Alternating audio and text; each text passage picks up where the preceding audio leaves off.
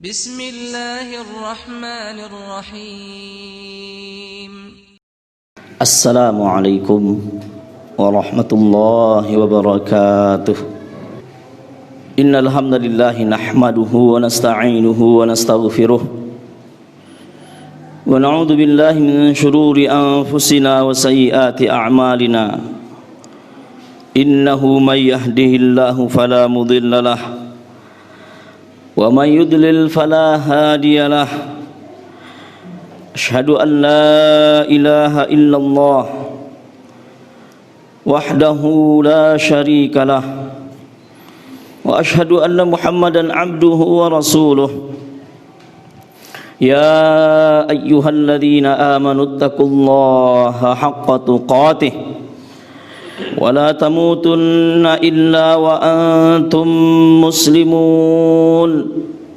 Ya ayyuhan nasu taqu rabbakumul ladzi khalaqakum min nafsin wahidah wa khalaqa minha zawjaha wa batha minhuma rijalan katsiran wa nisaa wattaqullaha alladzi tasaaluna bihi wal arham innallaha kana 'alaykum raqiba.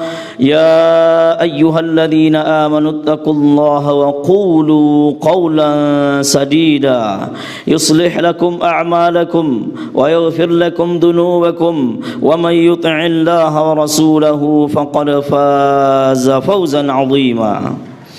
Amma ba'd, fa inna asdaqal hadithi kitabullah wa khairal hadi hadi Muhammadin sallallahu alaihi wasallam wa syarral umuri muhdatsatuha wa kullu muhdatsatin bid'ah wa kullu bid'atin dhalalah wa kullu dhalalatin finnar. Ayyuhal muslimun, inni usikum wa nafsi bitaqwallah faqad fazal muttaquna fid dunya wal akhirah. Qala Allah Ta'ala fi muhkami tanzilih, a'udzu billahi minasy syaithanir rajim. Qul in kana aba'ukum wa abna'ukum wa ikhwanukum wa azwajukum wa ashiratukum wa amwalun iktaraftumuha wa tijaratun takhshawna kasadaha wa masakin tardawnaha ahabba ilaykum minallahi wa rasulihi wa jihadin fi sabilihi fatarabbasu hatta ya'tiyallahu bi amrih wallahu la yahdil qaumal fasiqin. Surah At-Taubah ayat 24. Kaum muslimin jamaah sidang salat Jumat akramakumullah, mari kita kembali menghidupkan ma'ani ubudiyah kita kepada Allah Subhanahu wa taala dengan menyadari dan menghayati betapa banyak nikmat dan karunia yang telah Allah berikan kepada kita, yang mana nikmat dan karunia itu tidak bisa kita menghitungnya, tidak bisa kita menghingganya. Bahkan kehidupan kita hari demi hari, pekan demi pekan, bulan demi bulan, bahkan tahun demi tahun hanyalah dalam rangka menghabiskan semua pemberian yang telah Allah berikan kepada kita. Dan perlu kita sadari, kaum muslimin sidang salat Jumat akramakumullah, sesungguhnya nikmat yang paling mahal, nikmat yang paling berharga, nikmat yang mendatangkan ketentraman hidup di atas dunia, dan nikmat yang akan menyelamatkan manusia kelak di akhirat adalah ketika Allah Subhanahu wa taala menjadikan kita sebagai orang-orang yang beriman. Keimanan yang selalu menjadi pendorong dalam segala kegiatan kita di atas dunia ini. Keimanan yang mendorong kita untuk berbuat baik, keimanan yang mendorong kita untuk melakukan segala hal yang diridhai oleh Allah dan Rasulnya. Maka oleh sebab itu nikmat ini harus dijaga, Keimanan ini harus dipelihara, bahkan ditumbuhkan dan dikembangkan agar dia tidak menjadi layu. Karena ketika iman layu, sesungguhnya manusia itu merugi, bukan saja di akhirat, bahkan di dunia juga termasuk orang yang merugi. Kemudian salawat dan salam untuk Nabi Muhammad sallallahu alaihi wasallam, manusia yang Allah pilih menjadi penutup para nabi dan para rasul. Allah bekali beliau dengan wahyu. Allah turunkan kepada beliau malaikat Jibril untuk menyampaikan wahyu. Setiap tindak tanduk beliau, setiap ucapan beliau, setiap sikap beliau dibimbing oleh Allah Subhanahu wa taala melalui wahyu yang telah Allah turunkan. Tak lain dan tak bukan hikmah terbesar Allah mengutus penutup para nabi yang tidak ada nabi dan rasul setelahnya, kaum muslimin. Dan ini harus menjadi keimanan kita yang tidak boleh bergeser sedikit pun, bahwa beliau Allah utus untuk mengajarkan segala bentuk kesempurnaan hakikat hidup di atas dunia.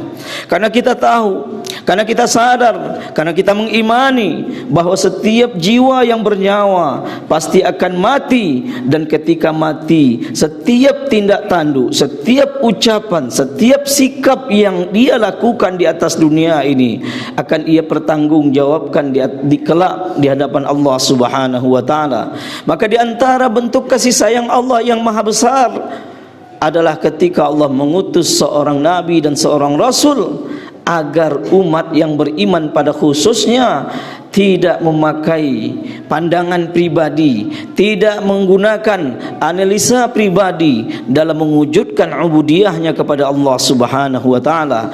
Seolah-olah Allah ingin mengatakan kepada kita, wahai umat, wahai hamba-hambaku, wahai orang-orang yang telah beriman kepadaku, jika kalian ingin membuktikan keimanan kalian kepadaku sesuai dengan yang aku ridai, maka ikutilah, maka patuhilah, maka tauladanilah manusia yang aku utus sebagai nabi, manusia yang aku utus sebagai penutup para nabi dan para rasul. Oleh sebab itu, kaum muslimin, selain daripada kita meningkatkan atau mengingat makna ketakwaan pada hari Jumat ini, maka pada hari ini, Jumat ini juga, kita harus berusaha selalu memuhasabah diri, mengevaluasi diri.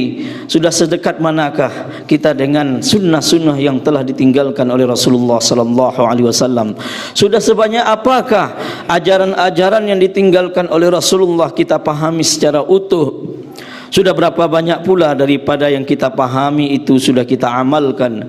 Terutama kaum muslimin, khatib selalu mengatakan, kita hidup di zaman yang mana sebahagian daripada ajaran-ajaran Rasulullah sallallahu alaihi wasallam sayang beribu kali sayang, seolah-olah disortir, seolah-olah dipilah dan dipilih oleh pikiran manusia yang bukan nabi, oleh pandangan manusia yang bukan rasul, oleh analisa manusia yang bukan mendapatkan wahyu dari Allah. Dan yang lebih menyayangkan lagi, yang lebih disayangkan lagi, ketika ada sebagian umat Islam tanpa ia sadari seolah-olah lebih mengedepankan analisa tertentu dari manusia biasa ketimbang petunjuk Rasulullah sallallahu alaihi wasallam yang merupakan nabi menerima wahyu dari Allah Subhanahu wa taala. Kaum muslimin, sidang salat Jumat akramakumullah, khatib berhusnuzon bahwa khutbah, bahwa ceramah pada hari-hari ini tentang mencintai dan mewujudkan cinta kepada Rasulullah sallallahu alaihi wasallam sering mungkin kita dengar daripada khatib, daripada para penceramah. Tapi khatib mengharapkan bahwa kecintaan kita kepada Rasulullah sallallahu alaihi wasallam atau topik tentang kecintaan kepada Rasulullah sallallahu alaihi wasallam ada hal yang selalu harus kita sering mendengarnya, adalah hal selalu yang tidak membosankan. Karena kata orang, tidak mungkin kita mencintai seseorang kalau kita tidak bisa membuktikan, dan tidak mungkin kecintaan itu ada kalau tidak ada pengorbanan. Oleh sebab itu, bertanyalah kita ke dalam diri kita, bertanyalah kita kepada diri kita, apa bukti kita mencintai Rasulullah sallallahu alaihi wasallam? Kaum muslimin, sidang salat Jumat akramakumullah, ayat yang khatib bacakan adalah ayat di dalam surat At-Taubah ayat ke-24. Ayat ini menegaskan dengan setegas-tegasnya ketika Allah Subhanahu wa taala memberikan pengajaran, memberikan perintah, memberikan titah agar kita betul-betul merenungkan kata Allah Subhanahu wa taala, katakanlah wahai Muhammad, jika ayah-ayah kalian, anak-anak kalian, saudara-saudara kalian, pasangan-pasangan hidup kalian, keluarga kalian, atau harta yang kalian usahakan, yang kalian kumpulkan, atau perniagaan, bisnis yang kalian khawatirkan kerugiannya, atau tempat tinggal yang kalian senangi, semua itu ahabba ilaikum, terasa di dalam jiwa kalian, terbetik di dalam sanubari kalian, dan terlintas di dalam benak kalian. Ahabba ilaikum minallahi wa rasulih, lebih kalian cintai daripada Allah dan Rasulnya. Wa jihadin fi sabilih, dan berjihad di jalannya. Fatarabbasu, kata Qadhi Al-Iyad, ayat ini sudah cukup seandainya tidak ada ayat lain, seandainya tidak ada ucapan dari Rasulullah. Sungguh ayat ini setelah cukup untuk menjadi bukti yang sangat jelas untuk tentang bahwa pentingnya, besarnya kecintaan seorang mukmin kepada Rasulullah sallallahu alaihi wasallam. Dalam ayat ini Allah menyebutkan 3 hal: cinta kepada Allah, cinta kepada Rasulullah, dan yang ketiga jihad fi sabilillah. Sebagian ulama mengatakan, apa hikmah disebutkan jihadin fi sabilillah? Hikmahnya diantaranya adalah karena untuk membuktikan cinta kepada Allah, karena untuk membuktikan cinta kepada Rasulullah. Buktinya adalah salah satunya kita siap mengorbankan segala apa yang kita miliki. Karena jihadin fi sabilillah akan mengorbankan harta benda, bahkan karena jihadin fi sabilillah akan mengorbankan nyawa yang satu-satunya kita miliki. Untuk apa? Untuk membuktikan cinta kita kepada Allah dan cinta kita kepada Rasulullah. Kemudian Allah memberikan ancaman bagi orang-orang yang tidak mau mempedulikan seruan daripada Allah Subhanahu wa taala ini. Kalau misalnya ada orang yang masih mencintai perkara-perkara dunia, karena kita tahu kaum muslimin, manusia diciptakan oleh Allah Subhanahu wa taala cenderung untuk kehidupan dunia ini, mencintai tempat tinggalnya, mencintai keluarganya, mencintai harta bendanya, mencintai kehidupan yang aman, mencintai pembangunan yang telah dia bangun, dan dia barangkali tidak akan siap mental. Segala prestasi yang setelah ia ukir akan begitu habis begitu saja apabila terbukti barangkali akan ada pengorbanan-pengorbanan untuk membuktikan kecintaannya kepada Rasulullah. Dan pemahaman seperti inilah yang kita dengar pada hari-hari seperti sekarang ini. Allah mengancam, fatarabbasu. Ini adalah tahdid, ini adalah ancaman dari Allah. Jika kalian masih mencintai perkara itu lebih daripada mencintai Allah dan Rasulnya, maka tunggulah sampai Allah mendatangkan perkaranya. Dan Allah menutup dengan sebuah pernyataan, ada sebuah redaksi yang layak menjadi renungan bagi kita. Karena seolah-olah Allah ingin mengatakan, orang yang gagal mencintai Allah dan Rasulnya lebih daripada mencintai segala-galanya, mereka tidak layak menyandang titel mukmin. Karena Allah mengatakan, wallahu la yahdil qaumal fasiqin, sebagaimana dinukilkan daripada Qadhi Iyad. Saking kerasnya Allah menyebutkan dan menyematkan kepada orang yang gagal mendahulukan cinta Allah dan Rasul melebihi cinta segala-galanya. Apa kata Allah? Dan Allah tidak akan pernah menunjuki kaum-kaum yang fasik. Kefasikan yang disandangkan kepada orang-orang yang tidak mau dan tidak mampu mencintai Allah dan Rasulullah lebih daripada kecintaannya kepada siapapun. Walaupun kita sadar seperti yang khatib katakan tadi, manusia pasti cinta kepada orang tuanya, manusia pasti cinta kepada anaknya, manusia pasti cinta kepada istri dan suaminya, manusia pasti cinta kepada sanak familinya, bahkan manusia pasti cinta kepada orang yang ia idolakan. Tapi kaum muslimin, Rasulullah sallallahu alaihi wasallam menegaskan di dalam hadis yang diriwayatkan oleh Imam Bukhari dan juga Imam Muslim, kata Rasulullah sallallahu alaihi wasallam, la yu'minu ahadukum hatta akuna ahabba ilaihi min waladihi wa walidihi wan nasi ajma'in. Hadis ini diriwayatkan oleh Imam Bukhari dan juga Imam Muslim, dan lafaz yang kita bacakan adalah lafaz riwayat Imam Muslim. Kata Rasulullah sallallahu alaihi wasallam, la yu'minu ahadukum. Para ulama menafsirkan la yu'minu ini terbagi kepada dua hal. An-nafyu huna, yang pertama an-nafyu nafyul asl. Yang pertama, la yu'minu di sini pemahamannya adalah menafikan dasar atau dasar keimanan itu sendiri. Kalau kita terjemahkan maksudnya adalah tidaklah beriman salah seorang kalian. Atau yang kedua, para ulama kita menyebutkan au an-nafyu huna yufidu nafyal kamal, bahwa penafian di sini maksudnya adalah menafikan kesempurnaan. Artinya tidaklah sempurna iman salah seorang kalian. Kalaulah kita ambil penafsiran yang paling ringan, tidaklah sempurna iman salah seorang kalian, artinya keimanan kita tidak sempurna dipandang oleh Allah Subhanahu wa taala. Akankah kita merasa diam atau kita merasa biasa saja ketika Allah menyebutkan, ketika Rasulullah menjelaskan bahwa sesungguhnya keimanan kita tidaklah dipandang sempurna? Kapan keimanan seorang mukmin tidak dipandang sempurna? Apalagi kalau kita mengambil penafsiran yang lebih, yang penafsiran yang pertama, kalau kita dipandang tidak beriman sama sekali. Kapan? Tidaklah sempurna keimanan salah seorang kalian, atau tidak ada keimanan salah seorang kalian sampai aku lebih ia cintai daripada anaknya, lebih ia cintai daripada orang tuanya, lebih ia cintai dari seluruh manusia yang ada. Selaras dengan ayat yang kita bacakan tadi kaum muslimin, cukup bagi kita untuk mematri di dalam jiwa kita bahwa cinta kepada Rasulullah adalah bukti keimanan.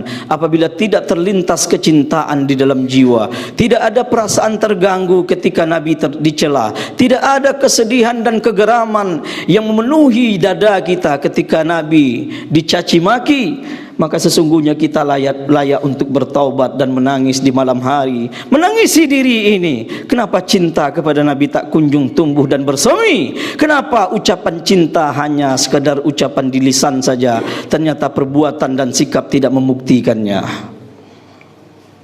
Kaum muslimin, sidang salat Jumat akramakumullah, Allah Subhanahu wa taala untuk dalil yang ketiga juga menegaskan di dalam surat Al-Ahzab ayat ke-6, dan ini semua ahli tafsir menyebutkan bahwa memang cinta kepada Rasulullah sallallahu alaihi wasallam merupakan hal yang harus berlebih bahkan dari diri sendiri. Ketika Allah Subhanahu wa taala mengatakan, a'udzu billahi minasyaitonir rajim, an-nabiyyu aula bil mu'minina min anfusihim.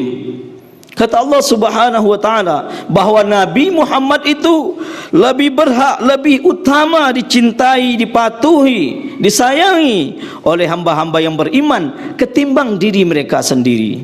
Suatu ketika dengan penuh kasih sayang Rasulullah sallallahu alaihi wasallam, hadis ini diriwayatkan oleh Imam Bukhari dan juga Imam Muslim, berjalan sekaligus memegang tangan Umar bin Khattab radhiyallahu anhu.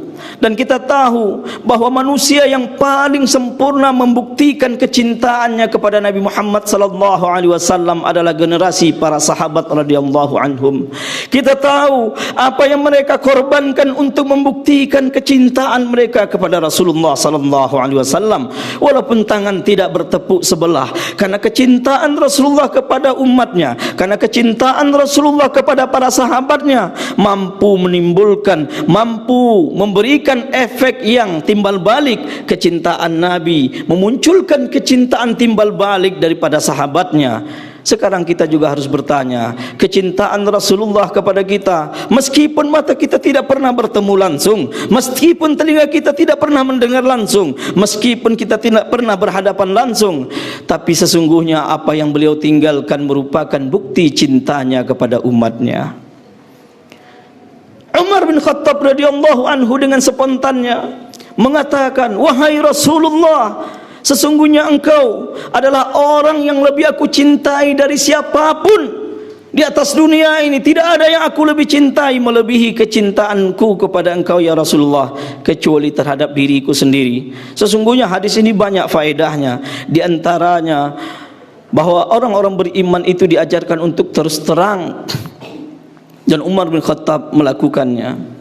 Karena ini berkaitan dengan syariat, karena ini berkaitan dengan keimanan.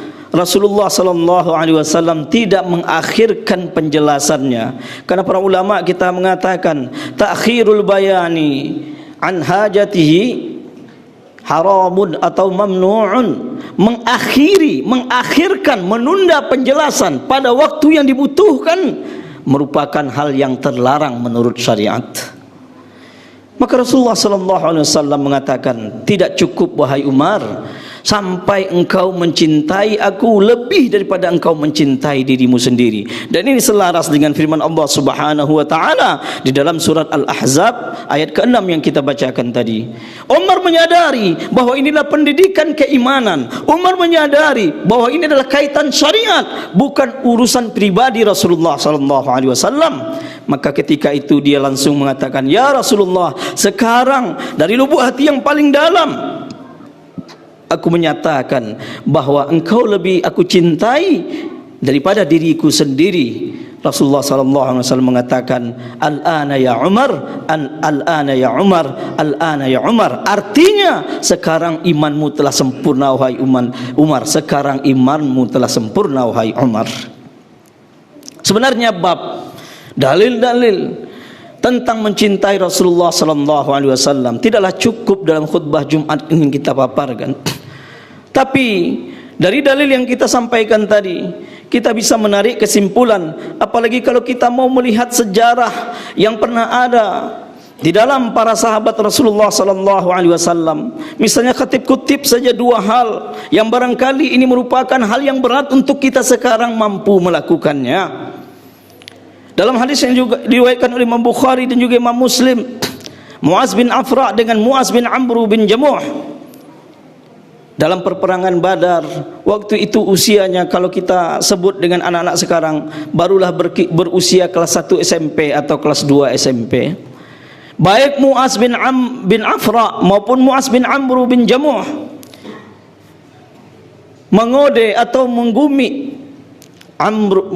Abdurrahman bin Auf. Apa perbincangannya? Intinya dia mengatakan, "Wahai paman, tunjukkan kepada aku mana yang namanya Abu Jahal." Kedua-duanya mengatakan hal yang sama, walaupun mereka mengatakan dengan waktu yang bergantian. Dalam riwayat disebutkan Muaz bin Afra yang terlebih dahulu. Dia menggumi, "Wahai paman, katakan, tunjukkan kepada aku mana yang namanya Abu Jahal." Dalam hadis itu Abdurrahman bin Auf mengatakan, saking kecilnya, saking belianya usianya itu, aku ingin menjadi orang yang berada di sampingnya dalam perperangan yang sangat keras ini. Tapi aku dikejutkan dengan pertanyaannya dan pernyataannya. Lalu aku bertanya, Abdurrahman bin Auf bertanya, "Untuk apa?" Dan ini terjadi kepada kedua sahabat yang masih sangat belia ini. Katanya apa? "Ya Rasulullah, wahai paman, aku mendengar sampai ke telingaku bahwa manusia yang bernama Abu Jahal ini sering sering mencaci maki, sering mencela Rasulullah." Dan dia mengatakan perkataan, "Demi Allah, tidaklah bertemu kulitku dengan kulitnya, tidaklah bersentuhan kulitku dengan kulitnya." Ini bahasa kiasan. "Kecuali akan mati salah satu di antara kami berdua. Tidaklah akan berpisah kami berdua kecuali Allah takdirkan siapa yang mati terlebih dahulu."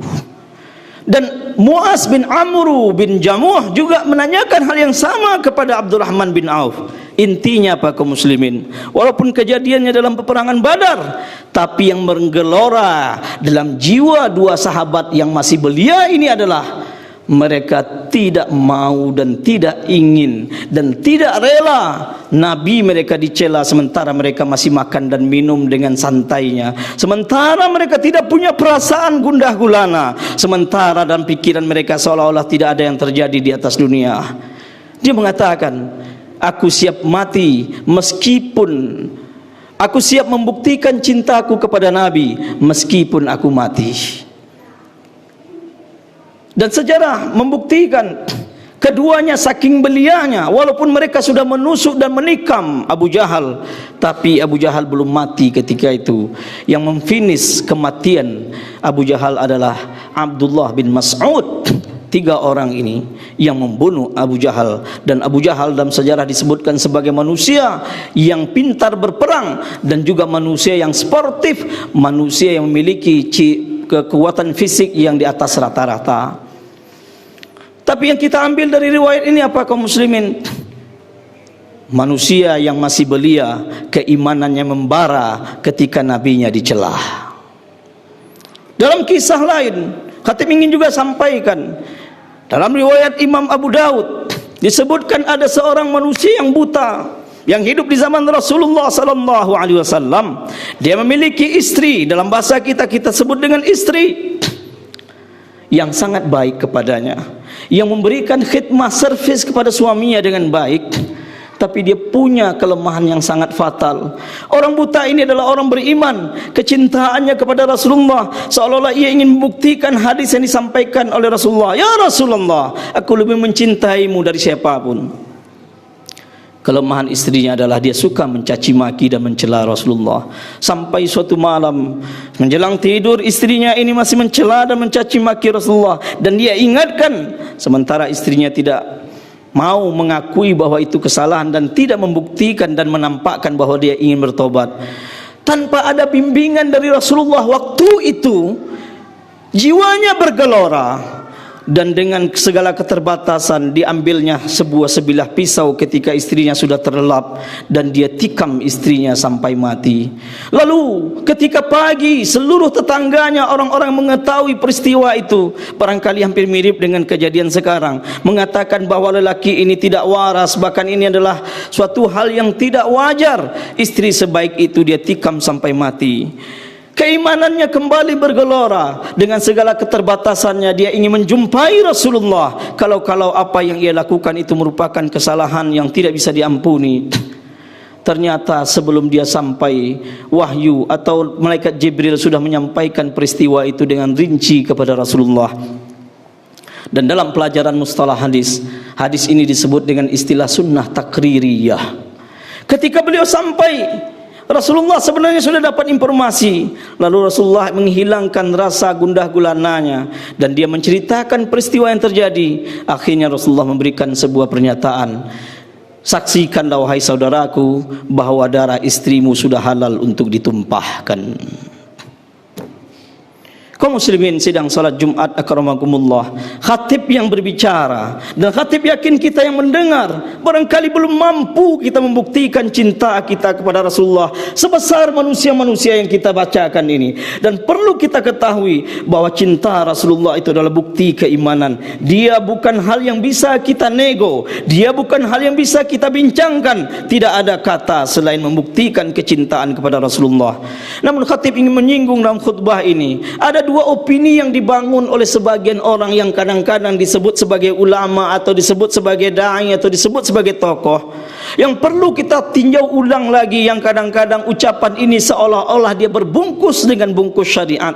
Yang pertama, sebagian kita dengar di zaman sekarang mengatakan, kalau kita ingin mencintai Rasulullah, maka ikutilah sunnahnya, maka ikutilah segala perintahnya dan larangannya. Bukankah Rasulullah, kata mereka, pernah dicaci maki oleh orang? Bukankah Rasulullah bahkan pernah diludahi oleh orang dan beliau memaafkan? Kenapa kita harus maaf? Kenapa kita harus marah sementara Rasulullah memaafkan? Kadang-kadang bagi kita yang barangkali belum mengetahui tinjauan syariatnya secara utuh, bisa jadi terpengaruh dengan ucapan itu. Iya pula, kenapa kita harus marah sementara saja Nabi tidak marah, bahkan Nabi memaafkan? Kita ingin menjawabnya dengan ringkas.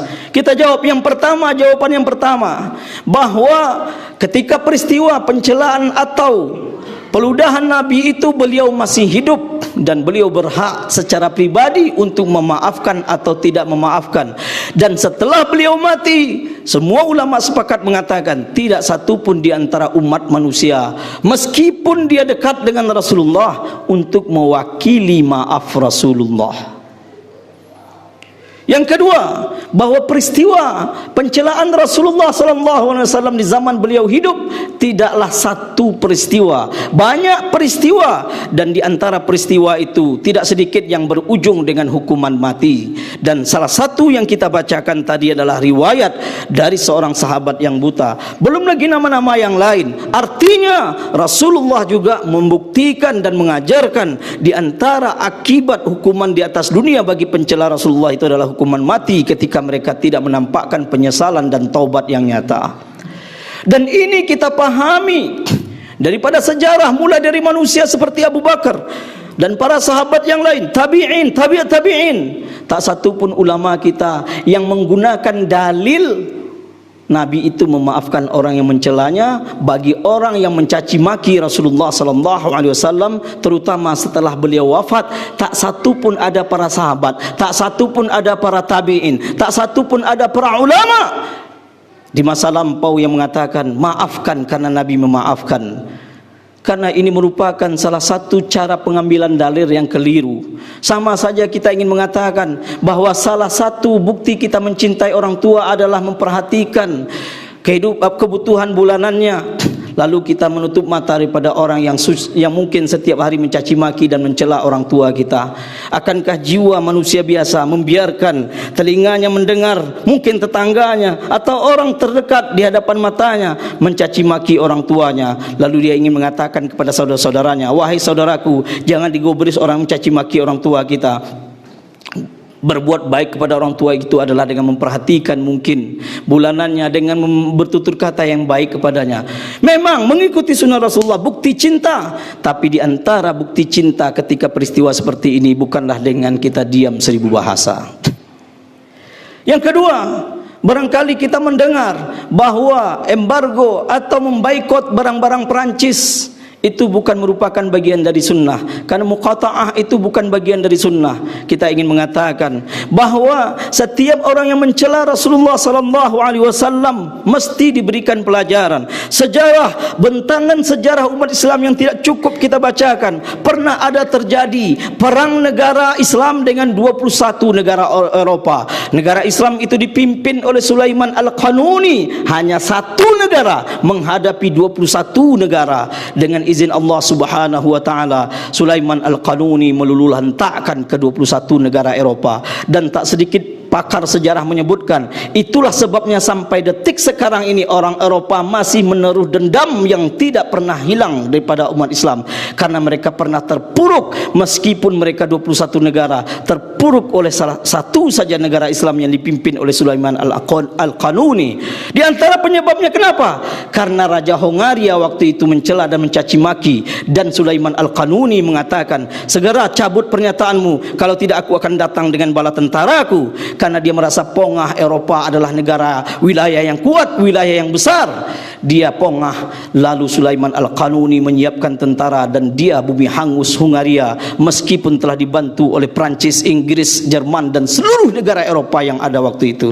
Dan ini sejarah keemasan dan kebanggaan bagi kita umat Islam. Walaupun kita hidup di masa keterpurukan, walaupun kita menyaksikan kehinaan dari sebagian orang-orang yang memiliki kekuasaan, seolah-olah dia ingin memutarbalikkan ayat yang kita bacakan. Hal-hal duniawi lebih mereka pertimbangkan daripada keimanan mereka yang dibuktikan dengan cinta kepada Rasulullah sallallahu alaihi wasallam.